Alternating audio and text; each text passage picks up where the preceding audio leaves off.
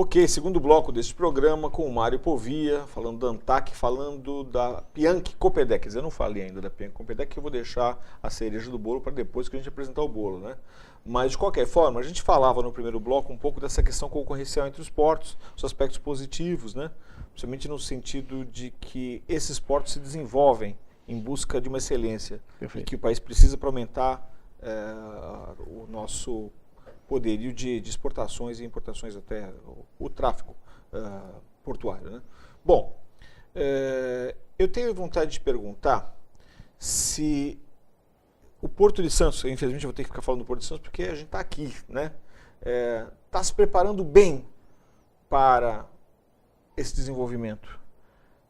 Tem uma história aí do Santos 17. Perfeito. Quer comentar? Quero sim. Bom, Santos 17 é algo, como é que eu vou dizer, desafiador, né? Realmente algo incrível, né? Conseguir 17 metros de profundidade no canal de acesso de Santos em 2017. Isso é o Santos 17, né?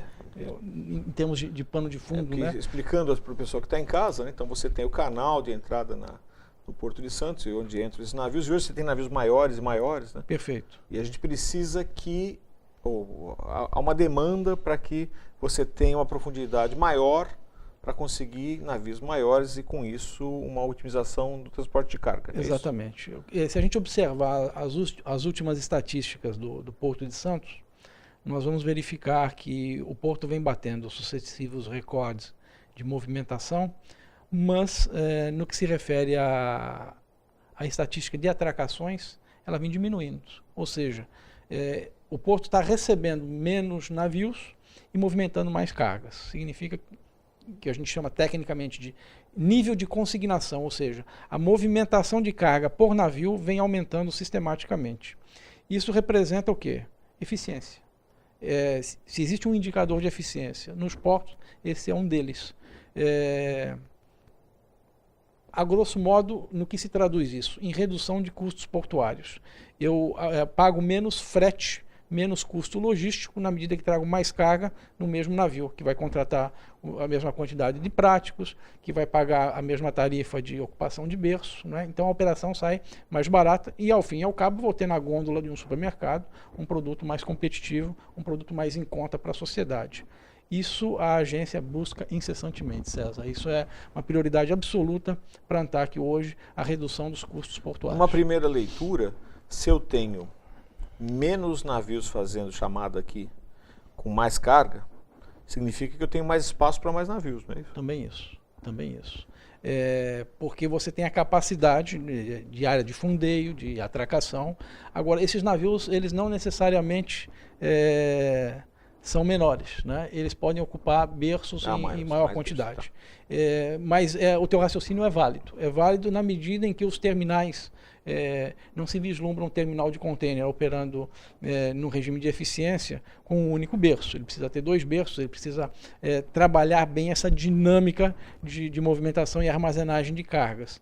Então, a ideia é que também a agência, juntamente com a Secretaria de Portos, juntamente com as companhias docas, viabilizem para esses terminais, né, condições de ampliar as suas instalações já dentro de um cenário, já não é mais cenário, é uma realidade, né, de aumento de embarcações.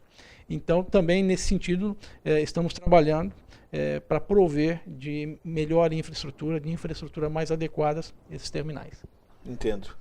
E o Santos 17 entra nesse contexto? Entra nesse contexto. Eu não sei ainda o que está no DNA desse 17, viu, César?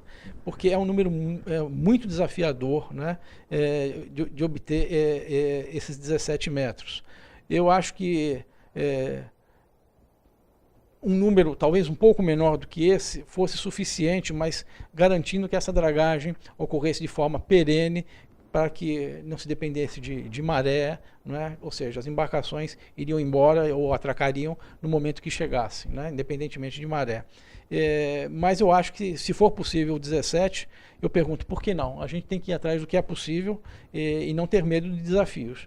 E eu queria lembrar aqui, é um assunto que está na ordem do dia, que são as audiências públicas promovidas pela Secretaria de Portos, no sentido de tirar a dragagem dos canais de acesso dos portos, dos principais portos brasileiros, do poder público, ou seja, fazer a concessão disso. Dragar é uma atividade, não é dragar, né? A contratação pública, né? O contrato administrativo hoje no Brasil, ele se reveste de um grau de dificuldade muito grande. Precisa ter orçamento, precisa ter licença ambiental, precisa ter... Toda uma capacitação de estudo também, né? Enfim, tem que mexer com toda a máquina administrativa, sofre todo tipo de impugnação, né, no âmbito da licitação, enquanto que a contratação privada ela é muito mais tranquila. Não é? A dragagem é um setor complicado, nós temos preços balizados pelo Tribunal de Contas da União, por exemplo. Não é? E se o preço da licitação sair diferente daquilo, não pode adjudicar, tem que chamar uma segunda rodada. Então é muito complicado. Quando tudo isso se viabiliza, não tem mais dinheiro, ou bota fora, tem que ser licenciado de novo, é um inferno brasileiro. Não é? Então a gente defende muito, é importante que viabilizar essa concessão ao privado, e a agência está preparada para acompanhar essa concessão, para fazer a gestão desse contrato, se for o caso, juntamente com a Companhia Docas, com o apoio da Secretaria de Portos.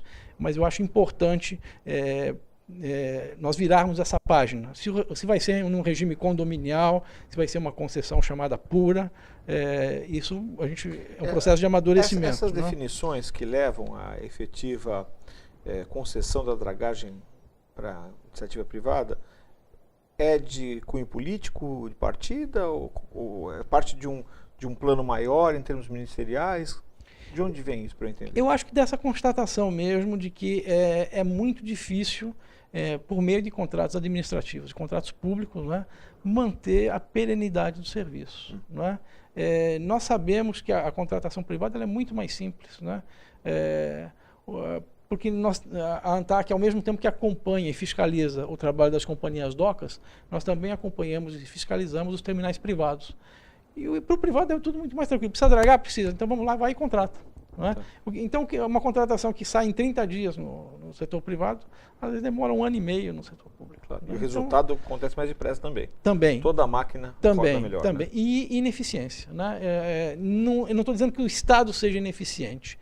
É a burocracia que está posta aí. Nós somos um país extremamente burocratizado. Isso não é uma crítica, é só uma constatação. Né? Isso é filosófico, isso vem de uma herança, não é? de como nasceu o Brasil, de como nasceram as instituições. Não é? E realmente é muito difícil tratar desses contratos administrativamente, principalmente desses contratos perenes. Eu tenho dificuldade lá na agência, né? Com contratos de utilização de mão de obra, com vencimento, de renovação, etc. Você imagina contratos de obras mesmo, que envolvem grandes somas, né? E grandes interesses, né? de dragagem, que é um setor complicado, é um setor que tem um certo oligopólio, né? Então é muito complicado. Eu acho que passando isso para a iniciativa privada, isso irá bem, né? Com contratos de médio e longo prazo, e na modalidade de concessão mesmo, ou, volto a dizer, estuda-se um modelo, uma proposta de condomínio aqui para Santos e talvez para outros portos. Vemos isso com muito bons olhos. Acho que o setor só tende a ganhar se a gente conseguir criar um modelo, vamos dizer, de boa gestão, um modelo que comporte essas características. Nós acabamos o segundo bloco, eu não falei do Pianchi Copedec, que vai ser o bloco inteiro. Ok. Tá certo?